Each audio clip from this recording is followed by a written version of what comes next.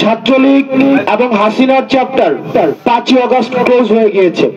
শেখ হাসিনা সেখানে থেকে যদি রাজনৈতিক কর্মকাণ্ড করে এর দায় ভারত সরকারকে নিতে হবে। সে যদি ভারতের থেকে তার বক্তব্য প্রচার করে রাজনৈতিক মিটিং করে, তো এটার দায় অবশ্যই ভারতকে নিতে হবে এবং ভারত সরকারের কাছে আমরা এটা জবাব দিতে হবে। প্রিয় দেশবাসী, আসসালামু আলাইকুম। আজ রাত 9টায় গণহত্যাকারী, খুনি, নির্লজ্জ ফ্যাসিস্ট হাসিনা ছাত্রদের উদ্দেশ্যে বক্তব্য দেওয়ার খায়েশ করেছে। এই স্পর্ধার জবাব দিতে হবে। এই স্পর্ধার জবাব দেব আমরা ধানমন্ডি 32 নাম্বার গুড়িয়ে দিয়ে। যেই মুহূর্তে সে বক্তব্য দেওয়া শুরু করবে সেই মুহূর্তে আপনারা দলে দলে আসবেন, ধানমন্ডি 32 নাম্বারে বুলডোজার নিয়ে আসবেন। বুলডোজার না পাওয়া গেলে হাতুড়ি শাবল গাইতি নিয়ে আসবেন। ধানমন্ডি 32 নাম্বার আজ থেকে আর থাকবে না। ইতিহাসের দায় মোচন করবেন। ফ্যাসিবাদের আতুর ঘর নিশ্চিহ্ন করতে আসবেন। গান গাইতে গাইতে আসবেন, স্লোগান দিতে দিতে আসবেন, সন্তানের হাত ধরে আসবেন। মুখে হাসি আর বুকে প্রতিরোধের আগুন নিয়ে আসবেন।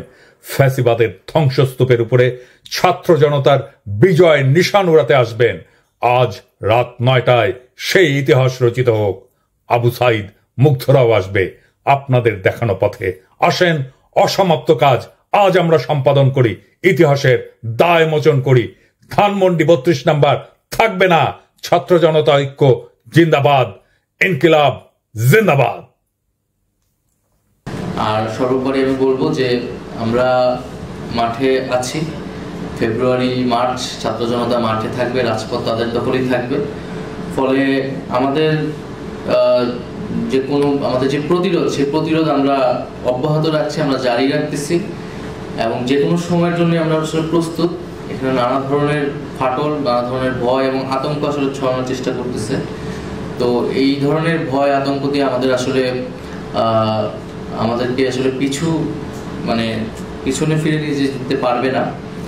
এবং আমরা ইন্ডিয়ান গভর্নমেন্টকেও এর আগেও বলেছি, আবারও বলবো বা বলতেছি যে তারা শেখ হাসিনাকে আশ্রয় দিচ্ছে, এটা তাদের একটা ব্যাখ্যা আছে। আমরা আমাদের জায়গা থেকে, কূটনৈতিক জায়গা থেকে, আইনি জায়গা থেকে শেখ হাসিনাকে ফেরত যাবো।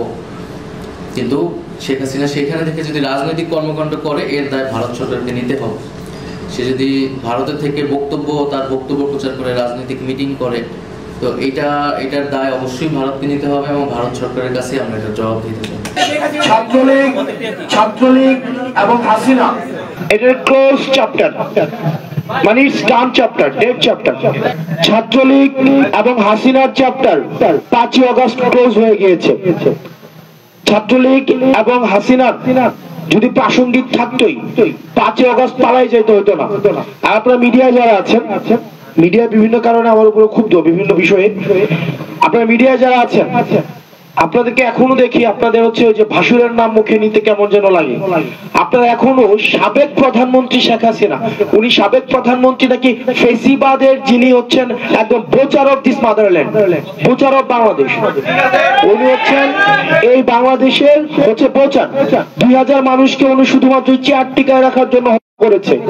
আপনারা কেন মিডিয়াতে যে ফেসিবাদী খুনি হাসিনা লেখা যায় না? ফেসিবাদী হাসিনা যদি আপনারা না লিখেন, আপনারা না বলেন, আপনার হচ্ছে আওয়ামী যে কাঠামো রয়েছে, মিডিয়া রয়েছে, সেটির সিলসিলা আপনারা অব্যাহত রাখছেন। সুতরাং এই যে আমরা এই হাসিনার চ্যাপ্টার প্লাস 5ই আগস্ট ক্লোজ করে দিয়েছি, ছাত্রলীগের চ্যাপ্টার 5ই আগস্ট ক্লোজ হয়ে গিয়েছে। 5ই আগস্ট পরবর্তী বাংলাদেশে আমাদের ফেসিবাদ বিরোধী যে রাজনৈতিক দলগুলো রয়েছে তাদের সাথে আমাদের মতের পার্থক্য হবে, কথার পার্থক্য হবে, তাদের সাথে আমাদের রাজনৈতিক বিভিন্ন বিষয়ে আমাদের মত পার্থক্য হবে। একই টেবিলে বসে আমাদের দ্বিমত প্রকাশ করব, আমাদের মধ্যে বিভাজন থাকবে। কিন্তু একটা জায়গায় স্পষ্ট, হাসিনার পুনর্বাসন, ফেসিবাদের পুনর্বাসন কোন রূপে, কোন মতের মাধ্যমে, কোন পথের মাধ্যমে, কোন ব্যবসায়িক শ্রেণীর মাধ্যমে, কোন মিডিয়ার মাধ্যমে এই বাংলাদেশ আর কখনোই হতে দেওয়া হবে না।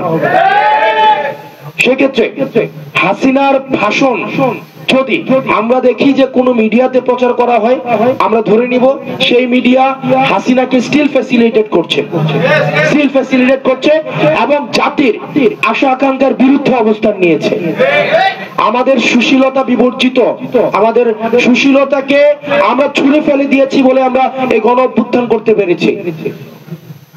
সুতরাং হাসিনার পোস্টে নো সুশীলতা এবং হাসিনা এবং ছাত্রলীগ একটা ডেড চ্যাপ্টার।